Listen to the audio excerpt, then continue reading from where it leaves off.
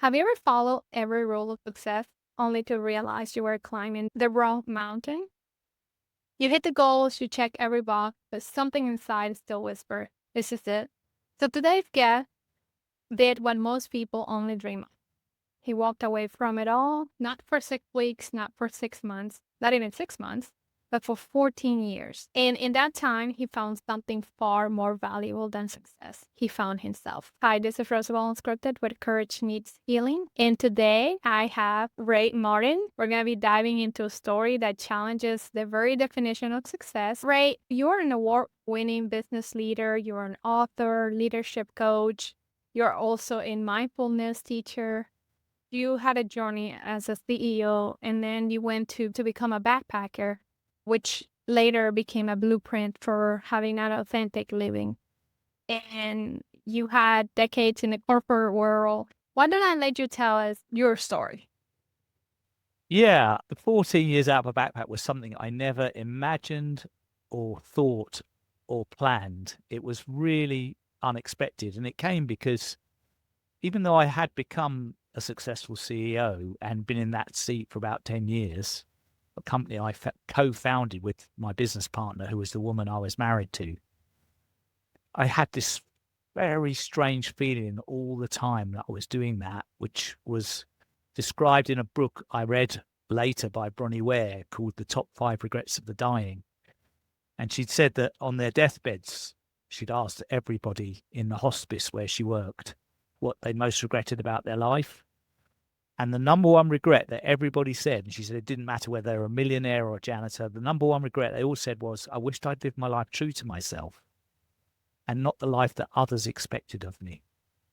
And when I read that, it kind of really scared me because I felt I was living the life that others expected of me, but I was doing it extremely well. I played the role of CEO extremely competently to the point of winning an award for doing it.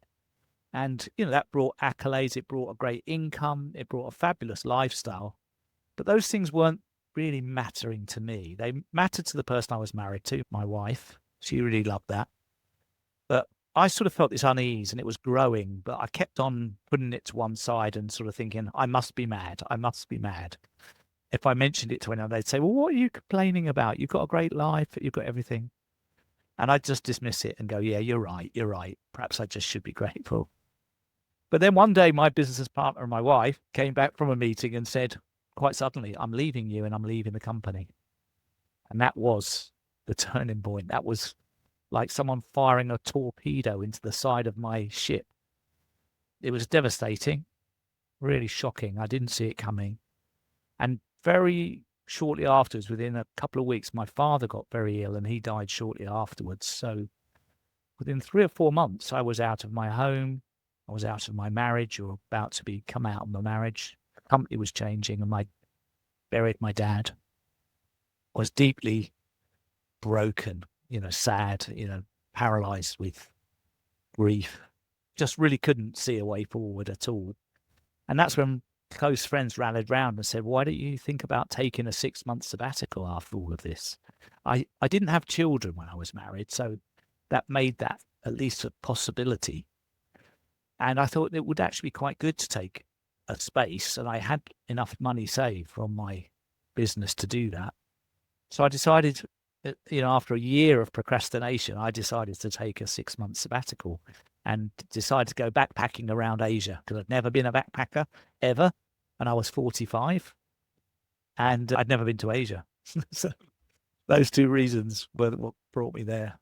Wow. And you wrote a book. It's called Life Without a Tie. Yeah, that came much later. I left in 2005 for the 6-month sabbatical, but obviously it lasted much, much longer than I imagined. And in those first 5 or 6 years, when I was doing all the things I was doing, I met lots of people who were living abroad or traveling or were in Asia too. And they always used to ask me why I was doing it and how long I'd been doing it and why I started. And I told them these stories about my life. Some of them said, gosh, that sounds fascinating. They said, if you ever write a book, would you let me know? Because I'd like to read it. And I laughed and I said, you're kidding. I'm just doing this to heal myself. I didn't have any intention of writing a book and just dismissed it. But once I got to a stage where about 50 people had given me their email address, I thought, hang on a minute. Suddenly dawned on me one day, I'm being called to write a book. The universe is asking me to write a book about this. So in 2011, which was 6 years after I left, I found a writer's course that was being offered by someone from New York, a literary agent and a very well-established person in the book industry. She was coming to Chiang Mai, where I was living in Thailand, and she said, we're going to do a 5-day writer's retreat, and I'm going to show anyone who's never written a book before what they have to know and do in order to be able to write a book. So I put myself on that course, and I knew it was the right thing to do because I'll tell you a little story if I've got time. She advertised the course and it looked really professional and brilliant. And it looked to me like it was for people who'd already published a book. And it was $1,200 for the 5 days. And I was a modest backpacker and I'd started a fundraising foundation. So all my work was for charity and I was donating every penny of anything I could raise to the charity. So I had very little money to spend. So I wrote to her and said, I really need to find a course to learn how to write a book because I'm being called to write one. I'd like to do your course, but it looks like it's for established writers. Could a complete beginner do it? And not only that, I can't afford $1,200. I don't have that kind of income. Would you let me do it for $500? And I thought to myself, before she answers, if she writes back and says, yeah, it's a good course for beginners, and yes, you can do it for $500, I would take that as what I call a confirmation signal, that it was the right fork of the path to go down. And she wrote back and said yes and yes. So I took that as a confirmation signal and I went on that course at the beginning of 2011. But I didn't, to be honest with you, Rosabel, I didn't actually start writing on the page my own book until about 2015. It took me 4 years before I even started. I understand that I'm a book writer myself, so it took me like 16 years to put it together. Well, Life Without a Tie, it is my understanding that it's a book that explores how to live with more freedom, purpose, and joy. Take us back to that moment. Okay, so I know you just tell us, okay, this is kind of what gave you the idea to write a book. Were you still traveling when you began to write a book, or you are now like settled? No, I was, well, sort of half in between because in the first few years, I was traveling a lot as a tourist. But then after, I don't know, 3 years, I'd had enough of that. I'd been to a couple of places. I'd been to an elephant sanctuary in Thailand, which had really touched my heart. And I'd been to an orphanage in Nepal. And I'd run a picnic for 60 children at the orphanage, and they loved it. And so after I left those 2 places, I started to think, what can I do to help them? They need money desperately there. It's all voluntary and all done on donations. What could I do to help them? And as I was pondering that, I met this guy who was a 6 times marathon runner. He was 10 years younger than me. Matt Campbell, his name was. And I met him and his wife over dinner. And tell me about marathon running. I'm really interested. And as he described it, I noticed my body sort of was tingling with excitement. Not just my mind, but physically my body was feeling excited by his story of it. And so I said, Matt, do you think I could run a marathon? Because I was 48 years old. And he said, have you ever run before? I said, no, not even 100 meters. He looked at me and he said, you look quite fit. He said, we'll go down to Hui Tong Tao Lake on Monday and I'll let you wear my gear and we'll do an assessment. But so I think you'd be able to, but I'd like to see how fit you are.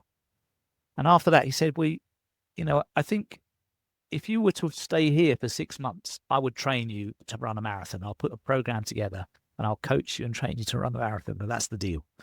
So I said, okay, great. And we shook hands and I decided to stay there. And I did. I trained myself to run the New York Marathon in the 1st of November, 2009. And while I was training, I was also doing a fundraiser and I got in touch with everyone in the world I'd ever met through my 48 years of life and asked them to donate to the campaign that I was running and support it. We managed to raise $15,000 by running the New York Marathon. And then after the marathon, I took that money back to Nepal, to the orphanage and back to the elephant sanctuary. And I gave a third of it to a cancer charity because a friend of mine had died from cancer in London. And so that project of training and doing the fundraising and then deploying the money took me nearly 2 years to do. And that's why my trip just kept getting longer and longer. After things like that, the stories I would tell people that they got interested in the book, and they inspired me to write it. I really genuinely had no desire when I left to write a book, but the more and more I met people, the more I realized I had something. I'd learned a lot from doing these things, and it was changing my mindset. It was changing my belief system. It was reorientating my mind completely. And that's not even to mention the meditation and the monasteries I was going in. So there was a lot going on that was making me see life very differently. And I thought, I want to let people know about this because some people might be interested in an alternative way of living. And Ray, in your book, you share 6 rules for happiness, right? I want to know, which one do you believe people struggles with the most? Hard for me to I mean, say. I know the ones I struggle with, but it's hard to know for others because I've met so many people in my life that struggle with all of them, at different people with different ones. Well, the first rule is to have a strong core of self-awareness as a foundation. My view of life these days is if you're not prepared to commit yourself to a life of self-awareness, that means regularly reflecting on what's happening and why it's happening and how you're seeing yourself in the events that are playing out. And if you're not willing to reflect on those sort of things, you've got very little chance of living an extraordinary life, because those reflections enable you to take full ownership for everything that's happening to you that you don't like. And that's rule number 2. You've got to take full ownership of events that you think you're blaming others for. Rule number 3, and that comes from taking ownership, is you start to develop this ability to become your own observer. If you can see yourself whilst you're in a conversation that's difficult, and say you're getting angry with another person, rather than just be angry, which helps the conversation break down and stops it, it's better to step aside from yourself for a moment and just say something more like, I notice as I'm listening to you that I've got a feeling of anger rising inside me, and I'd like to take a moment just to think about that, try and identify what that's about for me before I say anything further. That's better than just, I'm really angry with you, It's so becoming your own observer, I'd say, is the one that probably most people would struggle with, because that takes a lot of practice to be able to observe yourself as if you were another person and stay calm and in a state of equanimity while you're doing that. That's really practice. Rule number 4 is a long-term strategy. It's around building powerful, purposeful, and sustainable relationships. You've got to be conscious and aware of doing that your whole life. People who have a lot of luck, serendipity, or get invited to a lot of opportunities that they didn't know about, they've got a great network of support around them and people that care about them and love them and respect them and admire them. And they've got that because of what they've given into those relationships, what they've invested in those relationships. And I have a lot of that when I was traveling. I had a lot of people who had my back, and a lot of people were supporting me, giving me opportunities I would never have dreamed of. Number 5 is about proactive well-being. It's all about your mental health, spiritual health, emotional health, and you've got to take care of that yourself because no one's doing it for you. And then the last rule, number 6, is what I call human, leading from a human place, because the last rule is different to the first 5. Then the way to really have a powerful life is to find and empower other people to live by those 5 rules as well. Because if you have to find and teach and show others how to live that way, then you're fully integrating it into your own life. And so those are the 6. I'd say the third one, becoming your own observer, is probably the most difficult.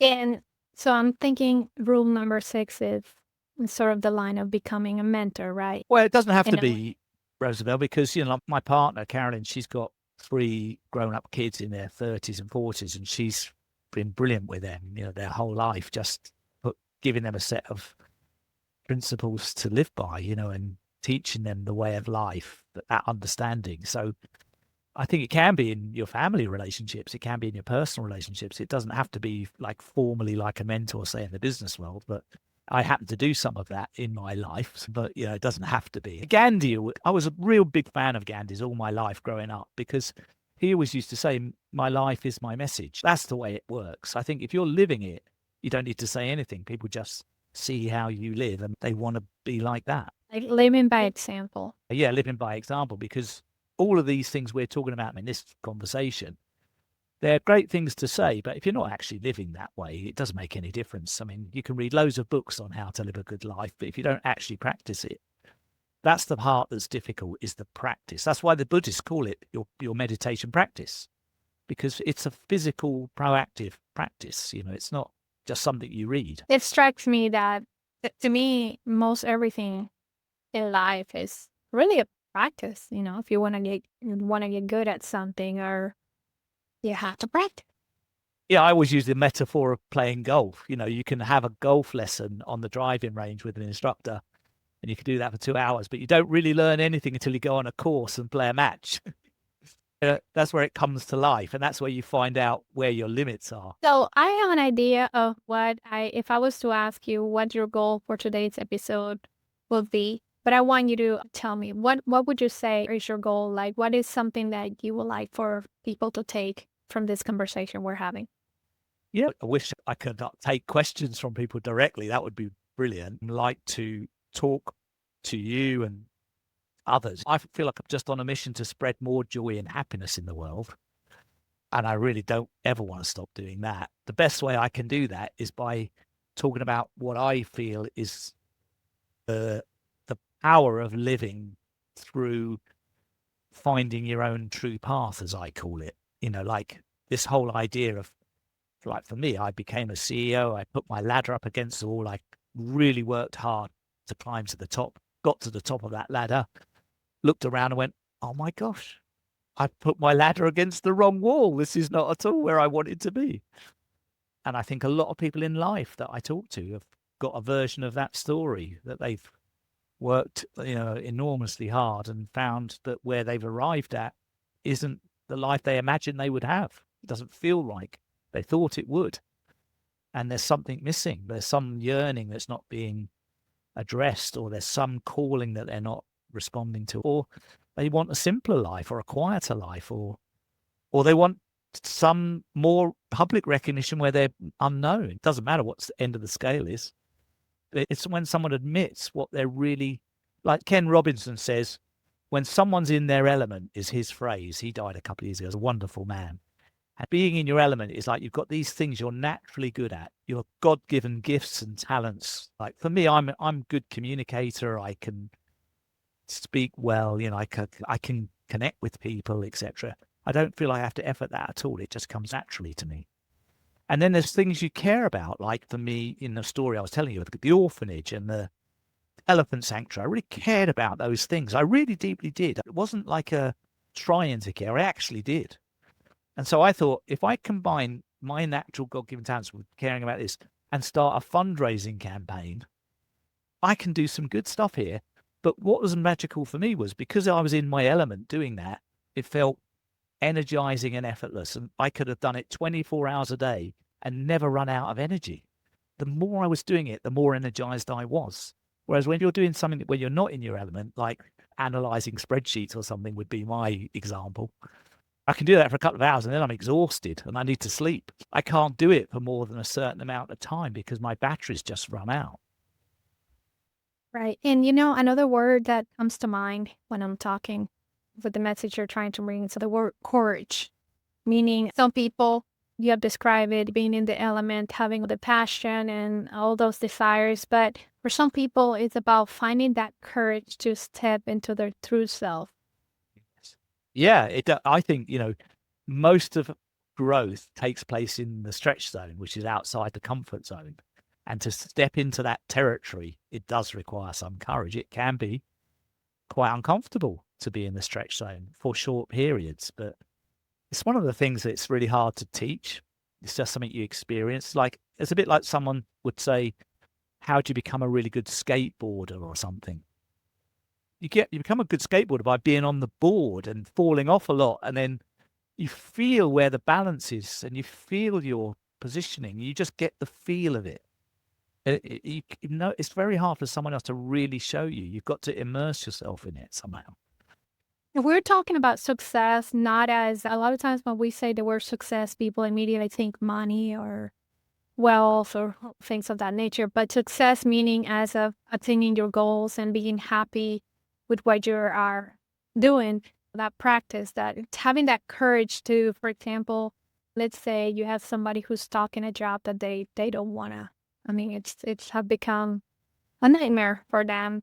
It's affecting their well-being, their mental health, and I've heard so many success stories about people that literally left a high-paying job. They got nothing, and they literally started from zero, and today they're thriving. They are like their best self. To have that courage to leave those places where it's comfort, but that moment when you step out, there's gonna be a growing curve. It's gonna be discomfort. It's not an easy one.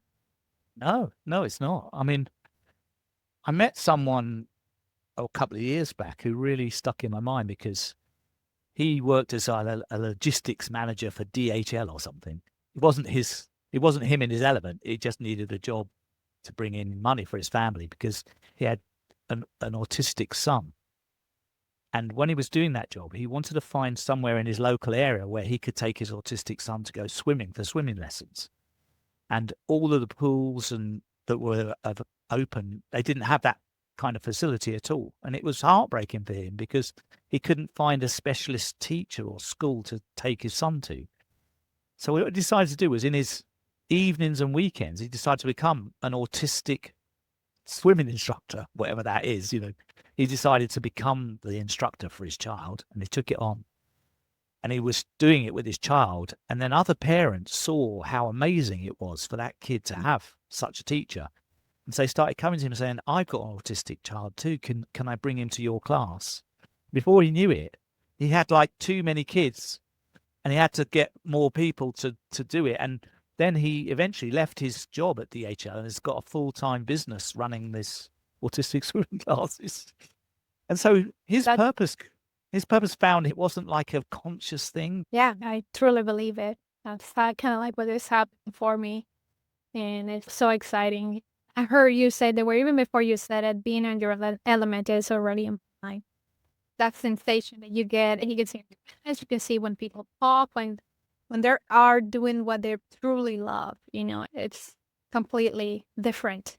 Yeah, you can. And I think that's why people in the public eye, are so popular because they're really living that. They're in their element. So I do want to ask you something. Say, Mm, for listeners that are out there standing on a crossroad, that they are, let's say, feeling uncertain about what's next, what yeah. will be one small, powerful step that they can take today? Yeah, I think the start point for any conversation with someone I work with when I'm coaching is to draw the picture of what your best life looks like with no censoring, with no limits to what you can or can't do. So this is really, really important because the power of setting the intention is hard to describe. Dr. Joe Dispenza talks about this really powerfully in his work. The power of setting the intention is important, and that process begins with drawing the picture of what your best life looks like. So it would be not just. I don't mean I want a job as a driver. I mean I want to work in a team of people that excites me, or I want to be learning and growing every week in whatever You I'm have to be doing. specific, right? Yeah. So, like, I got an example I can give from when I was traveling. After I finished the fundraising campaign, the first one, I thought, I've done this. I've spent all the money at the orphanage. It's all gone. I've done it my 2 years. What do I do now to carry on living life in a meaningful way? And I thought, do you know what? I think I'm ready. I've been 5 years. I hadn't done any business work. I thought I'm ready to go back into the world of business, but I was in the middle of Asia. I didn't know a single person in Asia, not one. So I went onto LinkedIn, which is a networking site, and I did a search on coaches Asia or coaching in Asia or something like that. And randomly, lots of people who are coaches in Asia came up. I picked two or three and I wrote them a random message saying, I've just arrived in Asia. I'd like to do some part-time coaching. Where and who do you advise me to direct my energy first? A couple of them wrote back. And they said, there's only one person we think you should talk to. His name's Warapat. He's the president of the Alliance of Coaches in Asia. He knows everybody. He would be the very best person. So before I reached out to him, I sat down. I thought, I better be really clear with myself about what my intention is, what I want. Because it was so clear to me, but I was embarrassed to admit it. And I'll tell you why. Because I wanted to work 20 hours a month, not a week, 20 hours a month. And I thought, I can't say that to somebody. They'll laugh at me, because 20 hours a month is not very much time spent working. But that had other things I wanted to do, like running the foundation and training and writing the book. So I wanted to work 20 hours a month, part-time. And I wanted to coach people in Asia. This was in 2010, so it won't sound so strange now. But in 2010, every virtual didn't exist. And so I was using Skype in 2010, but mostly to call my family in England. But I thought to myself, I really want to do my coaching over Skype. But that's going to be really impossible because no one's using Skype to do coaching. So I went to see Warrapat and said, this is what I'm really looking for. 20 hours a month, could be virtual. Ideally, that would be brilliant. The company I work with as an associate won't try and pressure me into a full-time job or anything like that because I'm walking if they do. I don't want to be pressured, etc. So he said, give me your profile. So I sent it to him. And the next day I got a call from someone he sent it to. It was a company in Singapore, an agency doing executive coaching. And they said, we're desperate to get you on board because we've got too many clients and not enough coaches, and we need English-speaking coaches. They said, there's one thing we don't think you're going to like, Ray. And I said, what's that? They said, we're not going to do face-to-face coaching. We're only going to do virtual coaching. We'll be the first in Asia to try it. I said, you are kidding me. Are you serious? They said, yeah, we only want to do virtual coaching. So in 3 steps, I'd gone from having the intention of not knowing a single person to being offered 20 hours a month of Skype-based coaching in Asia. And it was effortless. I didn't struggle. I didn't make loads of phone calls. I just followed the guidance I was given. And that's the power of intention. And that's why clarity around what you actually want is so important, because you don't even have to believe it's going to happen. You really don't have to believe that. You've got to be open to the universe assisting you and supporting you, which it does if you're living in alignment with your values, with your vision, with your purpose. My experience. Well, what you just said, the whole, you don't have to believe it, it occurs to me, correct me if I'm wrong, that perhaps just by having the thought that it could be possible, that right there is a sense of believing it, subconsciously. Yeah, it is. It's believing in rather than, it's the opposite of what I meet a lot of people that go, oh, that's never going to happen. Exactly. That's never going to happen. It's like there's no basis in science for that being. If you think about it, when we think about in neuroscience, the brain doesn't differentiate between is something real or is it not real. But one thing is positive statements, they matter. Negative statements matter. Just having that positive thought right there, that is a step, as opposed to say, oh, I don't think it's ever going to happen. Yeah. And I could tell you, I've got loads of stories like that from the journey I undertook where I trusted, I had faith in that process and I put it out to the universe. I could probably talk to you for hours with stories like that. Yeah. You were right. We have to somehow align ourselves and also open our heart and our minds to it. Yeah. Yeah. I put a few of them in the book, told a lot of the stories in the book. And I hope the readers, if they pick the book up, will enjoy those because they were really miraculous. So. Wow. Life Without a Tie. That's the title of your book. Yeah. Amazing. Ray, tell us where our listeners can connect with you, how they can find you. Tell us all about that. Yeah. I mean, the easiest way is lifewithoutatie.com because that's a site for the book. And the reason that's there is because when the book got published, a lot of people wanted to see pictures from the journey. And so on that site, there's loads of photos from the different chapters of the book because there aren't pictures in the book itself. So that's a good place. And people can message me there and read more about the journey. I'm on LinkedIn as well for those people that are also on LinkedIn. I will definitely be checking it out more. So I just want to tell everybody out there that if Ray's story inspired you today and you're ready to loosen the ties that hold you back, I would like for you to dive deeper into his work through his book, Life Without a Tie. And like he said, it's a lifewithoutai.com to explore more about his journey, which I can tell is an exciting one. And please don't forget to connect with him. LinkedIn is a great platform. So LinkedIn at Coach Ray Martin. Thank you so much, Ray. It's been such a meaningful conversation. If it spoke to your heart, share with someone who's really ready to live life without a tie. Thank you, Ray. Have a great day. Bye-bye.